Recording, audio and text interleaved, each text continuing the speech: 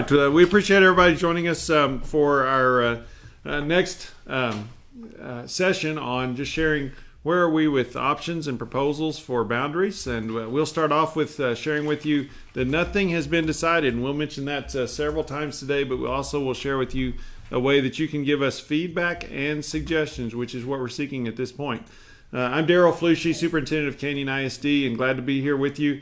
Joining me is Heather Wilson, Assistant Superintendent of Business and Operations, Cameron Rosser, Assistant Superintendent of Curriculum Instruction, and Robin Cranmer, our Assistant Superintendent of Support Services.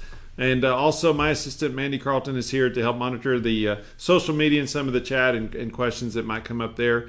But we do encourage you to submit that through the link that we're about to share with you. So again, as we get started, please understand that no attendance zones have been decided yet. We're going to be presenting some options to you, but those options are to get, and if you would, by the way, please mute if you're out and about in the community and online with us, please mute that so we can present. And please know that these are options, that your feedback and your suggestions could change any one of these options as we move forward. We're gathering feedback on how to best prepare for our new schools and adjust our boundaries to create room.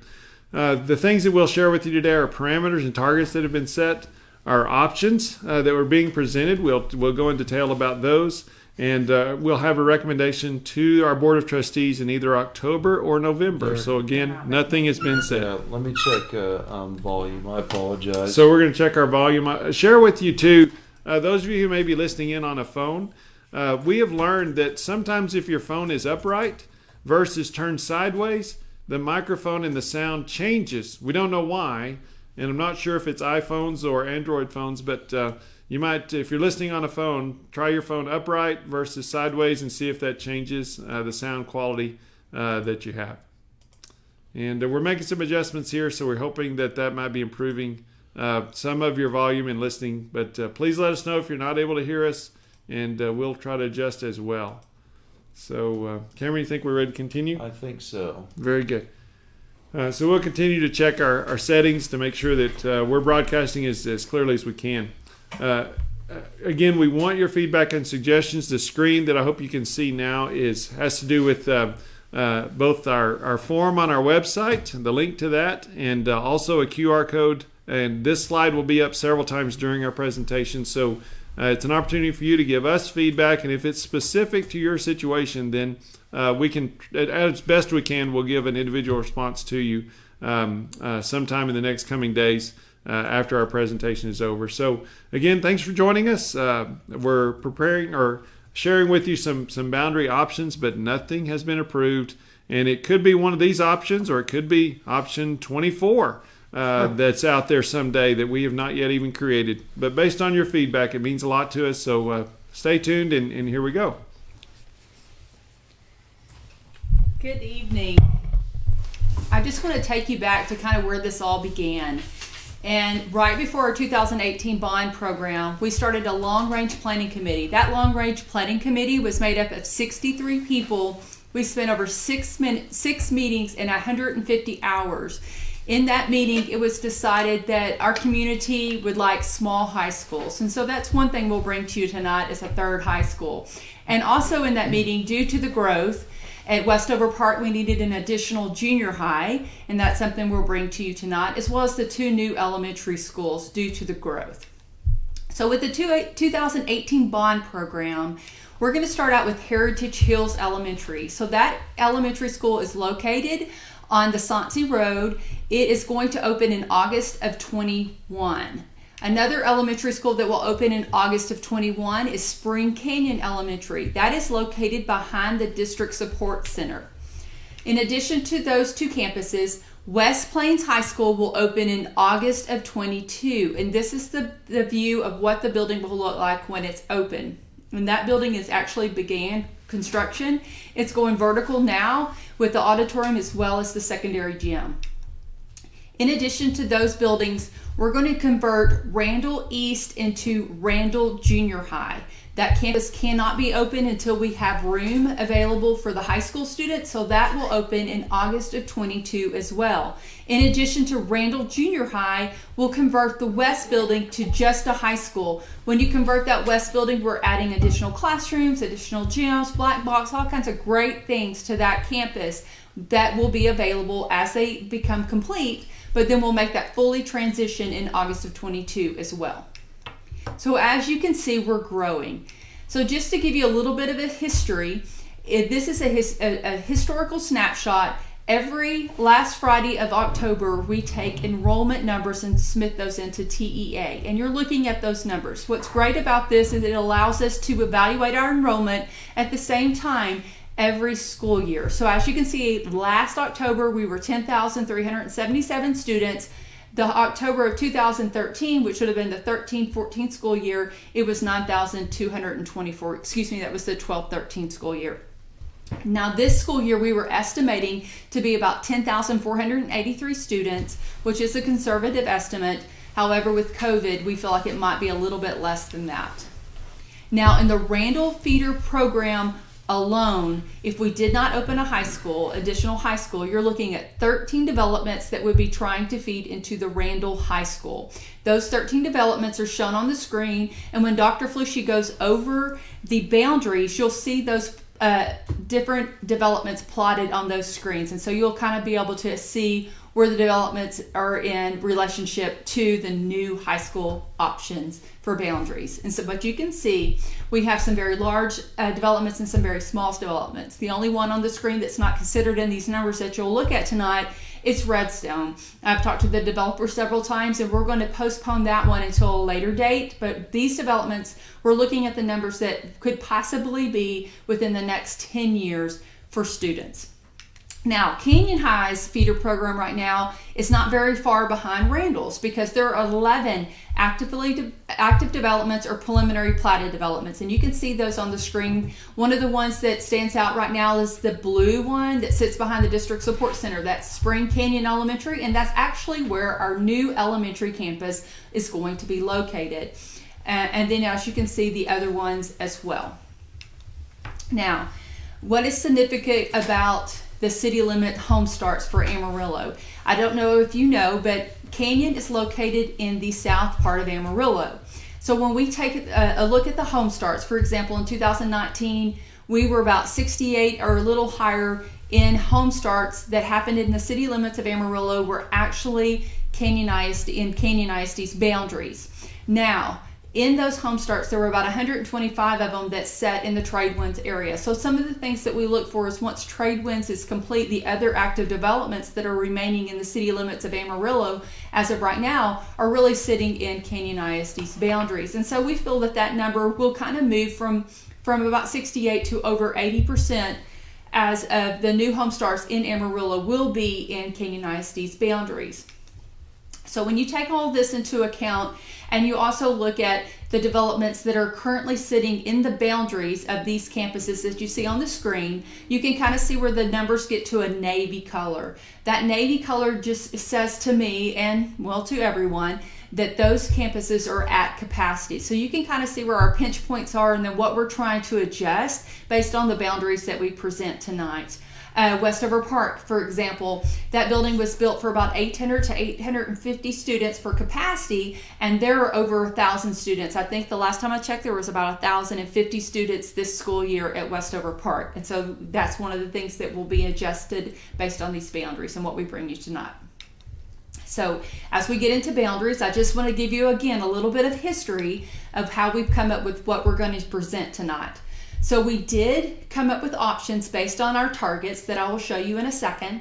From those targets, we met with a board boundary committee. That board boundary committee reviewed our options and made suggestions let us know what they wanted to see, what needed to be adjusted. And from those comments, we made adjustments to those options and then brought that back to them. When they felt comfortable, we were able to then take those options to the Community Boundary Committee. That was formed of 27 people. We met 2 meetings over 4 hours, and then we took their suggestions to these options and made adjustments based on their suggestions. So what you're looking at tonight is based on our Board Boundary Committee as well as our Community Boundary Committee. However, like Dr. Felici mentioned, and what we were going to tell you again tonight, we want everybody's thoughts and opinions on these boundaries, and we want to take everything that we hear into consideration because we want to be least impactful to the most amount of kids. We're all here for our kids just like I know you guys are. So some of the targets that we looked at for the elementary school, of course, from what you can see from the earlier screens, is just to create capacity at those elementary schools for those developments that are coming in within those boundaries. So that was one of our targets. Another one was free and reduced, just to make sure free and reduced counts were consistent and try to take a balanced look at that and make sure that we weren't adjusting any free and reduced counts more than 1 to 2% based on the adjustments in the boundaries. Logistics, that's another thing. We spent a lot of time with our transportation department.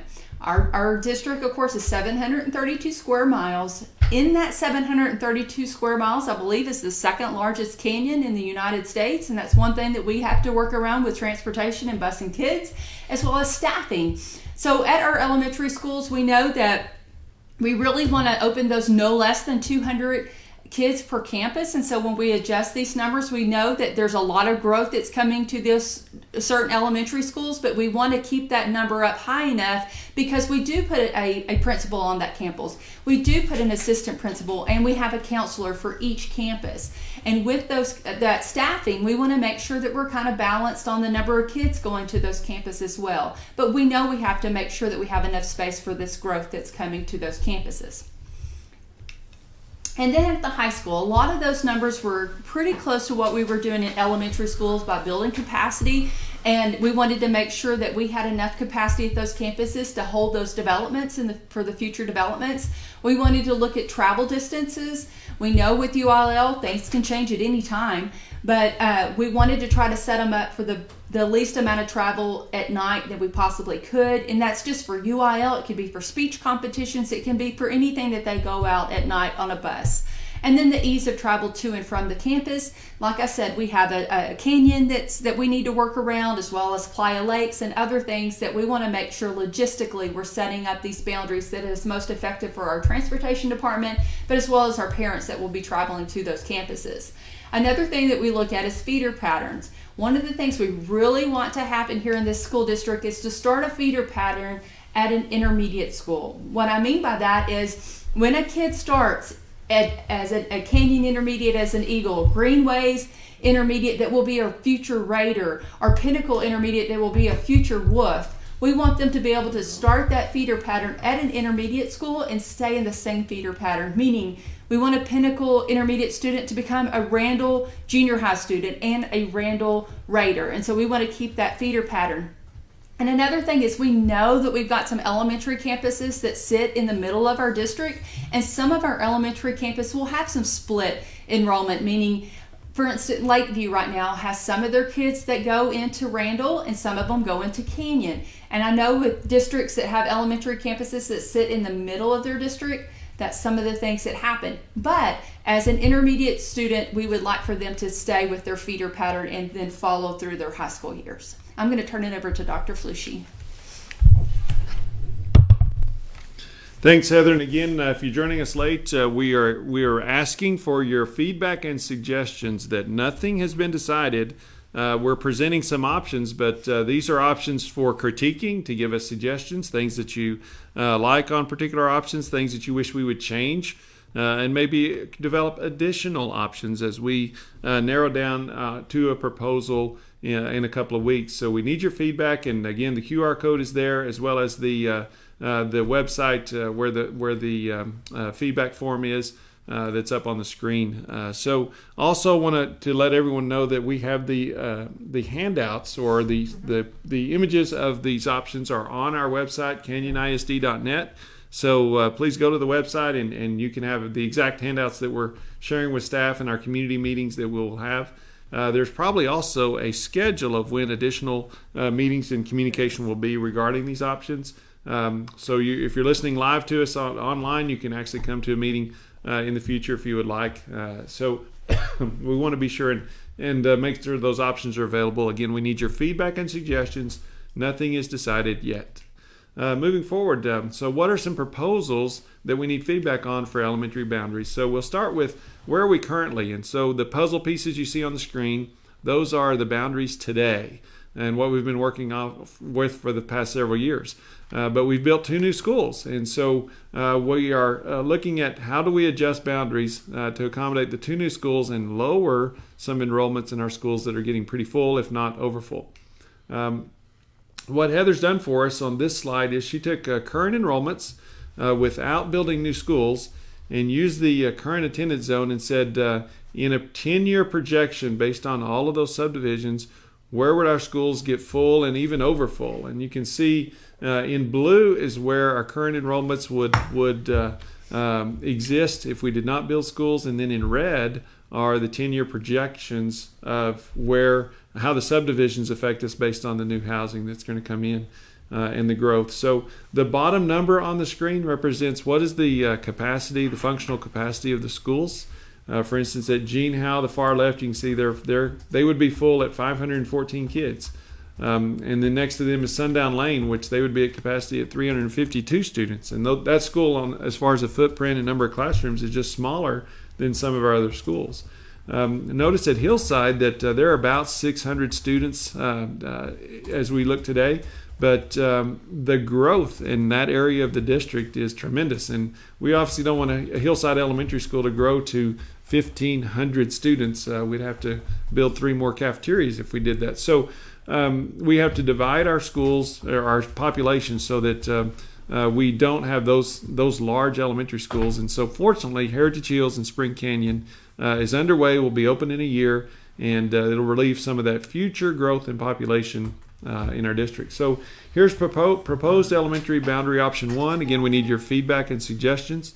Those of you who are just joining us, be sure and mute your phone or your device as we move forward. So you can see the boundary information that's presented there. The new schools here are represented by the neon green and the red that are on the screen. And Spring Canyon would represent the red. Heritage Hills would represent the green. And you can see how the other boundary adjustments are affected through the puzzle pieces, if you will, that are on the map. One of the schools we know we need to lower enrollment in is Reeves-Hinger, because they are a large school and going to get larger with some of the Canyon East areas such as that. And so we needed to break up the large landmass, but also some of their population that would actually feed into Crestview, and then some of the Crestview population might be feeding into the Spring Canyon, so that we have a little bit more balance in our enrollment and work with our new schools coming online. I think there's a zoomed in, I'll take that back. In this area, what we're looking at is based on option 1, where would those schools open is in blue with this new option, and then how much would the growth affect them in 10 years with option number 1. And so you can still see at Hillside, they're still growing really quickly. Heritage Hills is a brand new school. Looking at Heritage Hills in the middle of the screen, they opened with just over 200 students, which is really small, but the growth is tremendous in that area of the district as we look at the new subdivisions and housing and the formulas that we have come to work with for years in the number of homes in a subdivision and how many elementary kids, how many middle level kids, intermediate, junior high, and how many high school kids per number of homes in a subdivision. And we also take into account what's the value of the homes in the subdivisions as those come online. So that is what we go into our projections. This is a 10-year projection.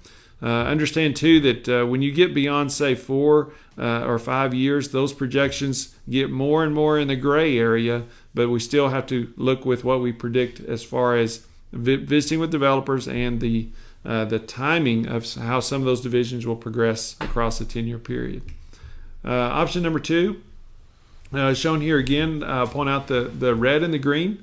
in the top left of the screen, if you will, is Heritage Hills Elementary, a new elementary school. Spring Canyon is in the red, and how that is adjusted is there as well. Notice that in Spring Canyon, a portion of their attendance area actually crosses I-27 to the east to pull students from other schools into Spring Canyon to look at those numbers and see how that affects overall population and future growth.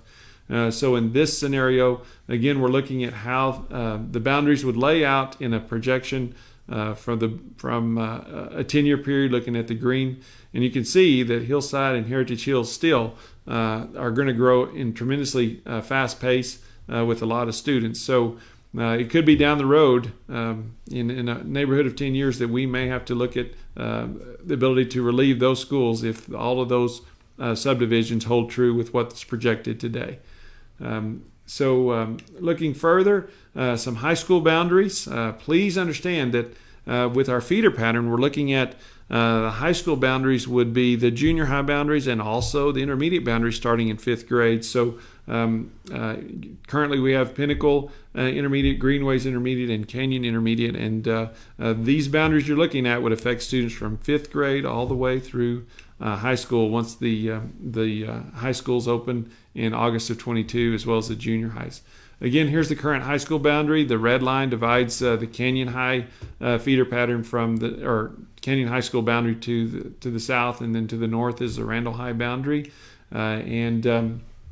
This slide just shows you, okay, if we did nothing, we did not build West Plains High School, that's why there's no bar there, then how many students does Canyon High have today, and how much would they grow? How many students in blue does Randall High School have, and how much would they grow across 10 years? So Canyon High is about 1,200 students, and they would grow to nearly 1,500 students.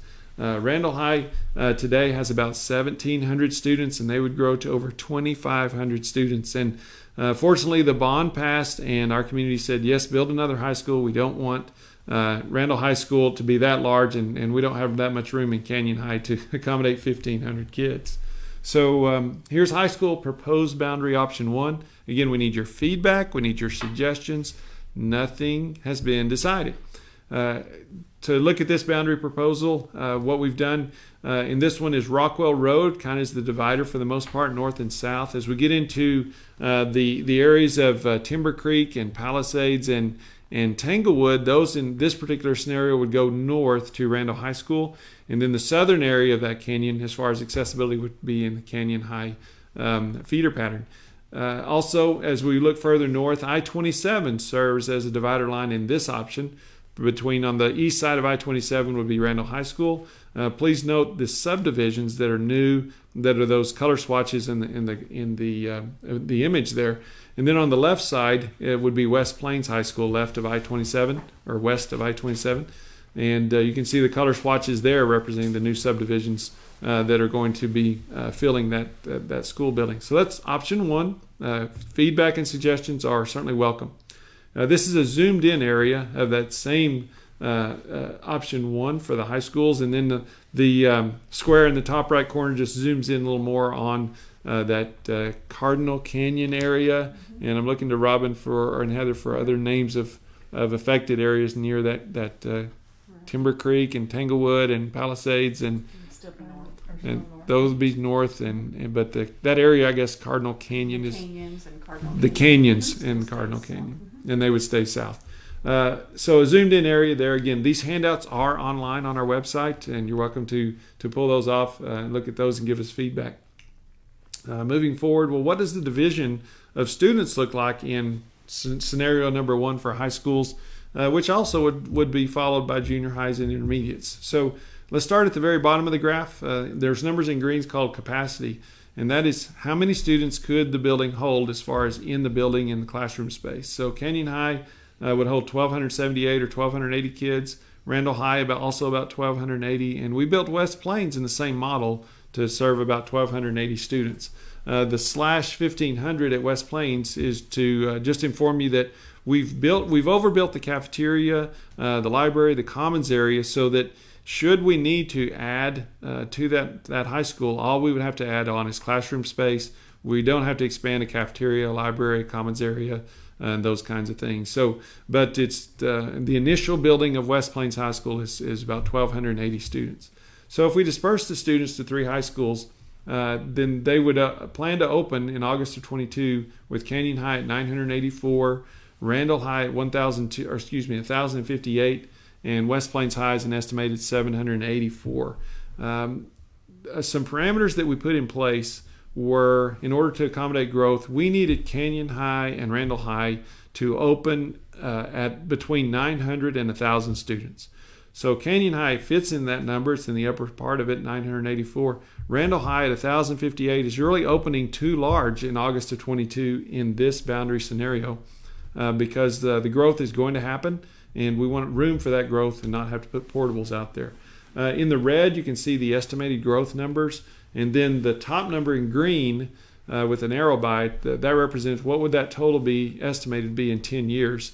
And you can see in Canyon High, we just barely exceed capacity, but in Randall High, we're about 100 kids over, we'll give or take 50 kids over our capacity, and that's a concern for us. And then West Plains is far-reaching out there at 1,400 students, so we have to look at that as well. The very top percentage of these bars, where you have Canyon High at 24.49%, Randall High at 38.75%, and then West Plains at 20.9%. That is what is in our committee. Our community committee said, please keep an eye on the low-income populations of the high schools. We'd like to balance those as much as we can. And you might say, well, in this scenario, the difference at Randall High with over 38% estimated, and Canyon High at about 25%, that's not real close into balance. So the community committee asked us, okay, look further into that. What other options could we look at? So we'll progress to option 2. Option 2 has an adjustment where part of West Plains actually occupies some of the east side of I-27. So that does 2 things. That pulls some students out of Randall High School. Remember, we needed to lower that enrollment estimate, and then it also, that area is a distance from either Randall High or West Plains or Canyon High. So students who live in that area, they're going to have to travel a distance anyway. So that is why we looked at that scenario for option number 2. And here's a zoomed in area where you can see east of I-27, Mack Road being a north boundary, and then Bell being an east boundary at Bell Street. Then if those students went to West Plains High School, how does that look as far as our scenario for projected growth? And so we're looking at the blue first of all. We want to be between 900 and 1,000 students for our existing high schools. Canyon High's at 984. Randall High drops to 1,004, but that's still at the top end or above where we'd like to be, which is in the range of 900 to 1,000. When we look at our free and reduced lunch population, our low-income population, then Canyon High's at 24.5%. Randall High drops to 37.35%, and then West Plains estimated about 24%. So we're getting a little closer, but it's still something that we need to get feedback and suggestions on for this boundary option. And then the high school proposed boundary option number 3. You can see where we expanded the blue area even further to the east of I-27 for West Plains. Again, pulling more students out of Randall High School because we need to lower their enrollment. And something I want to add about Randall High School is, yes, we do have 1,700 students in the building today, but they actually occupy 2 different campuses. Randall East Campus, we're converting to a junior high, so we can't count that 850 or so classrooms, that amount of classroom space, because it's no longer going to be Randall High School. It'll be Randall Junior High. And so the Randall High School building can accommodate 1,200. And so that's why the difference in today's numbers versus when the new high school opens and Randall renovations are all done. As we look at option 3 zoomed in, you can see that Mack Road is still in a north boundary, but we go east beyond Bell Street all the way to the railroad track as far as the boundary further east, and that would become West Plains students. Well, how does that boundary scenario look? Another thing I want to point out, and it's kind of small on the screen, but if you'll look at the word Westover on Westover Park Junior High, that little area is called Estacado, right above the word over in Westover Park. And so when we pulled the students, or move the students that are in just east of I-27 to West Plains High School, it actually made West Plains High School open too large. So we said, well, we need to have some students return back to Randall High School, and compared to scenario number 2. And so right above Westover Park, that area called Estacado is a subdivision. We said, well, what if those students remained at Randall High School and then offset the area east of I-27 in blue? And so here's how that scenario looks. Canyon High would open at 984. Randall High then drops to 992, which is in our range between 900 kids and 1,000 kids. And then West Plains would open at 850, which has gone up. So our low-income population that our community asks us to keep an eye on, Canyon High is about 24.5%. By the way, today they're about 29%. Randall High is at 33.77%. And again, Randall High also today is about 29%. So it's an adjustment of about 4 or 5%. And then West Plains is opening at 28.12%. So we're getting closer as far as a little closer balance to our diversity in our schools. And we're also able to accommodate growth for a longer period of time. When you look at the green numbers at the top, we're within our ranges for our capacity for the most part. So these are 3 proposals that we are offering to the community. Give us feedback on. It's not vote on 1, 2, or 3. It's tell us feedback and suggestions on how to modify either all of these proposals or one of the proposals. If there's something you like about the proposal, we want that feedback as well. I know Cameron and Robin are monitoring some of the information on the chat or the Facebook. So we'll try to get responses to you if we can. If we don't have time due to the number of inquiries or specific questions, we may have to get that at a later time. So to close with, what has happened so far, this is kind of our timeline. As Heather shared with you, on the far left, we developed boundary targets. Heather met with the developers and gathered the data about the timing of when their houses would be finished. And we put a time period of about 10 years, knowing that subdivisions won't even finish by then. And we took that into account. We said, well, how much would be done in a 10-year period? Meeting with transportation about the logistics side of navigating the terrain around us, whether there be Paladura Canyon or other anomalies related to not a flat surface across the district, and how to best have safe and efficient access of students. We also met with the UIL because for our high schools, do you open a high school 9th and 10th grade for year 1 and then grow into the high school year after year until you have four grade levels? And we determined that we're going to open 9th grade through 12th grade the first year for West Plains High School. But we do have to turn in enrollment numbers the year prior to that school opening. She shared with you that we had a board boundary committee and some meetings there for about 2 months. And then we had community input in our boundary meetings. And now we want staff and parent input as well as our community further in meetings like this. We need your feedback. We estimate that either in October or November that final boundaries will be set by our Board of Trustees. Again, we welcome your feedback. Here is where you can give us your feedback and suggestions through the QR code that's on the screen or at the website listed there. It's cisd.io/195. So we welcome your feedback and suggestions. I'll turn to Robin and Cameron to see if there's other things I should mention. Do you want to talk about those that will be seniors? Right, thank you. Robin reminded me that I needed to talk about seniors.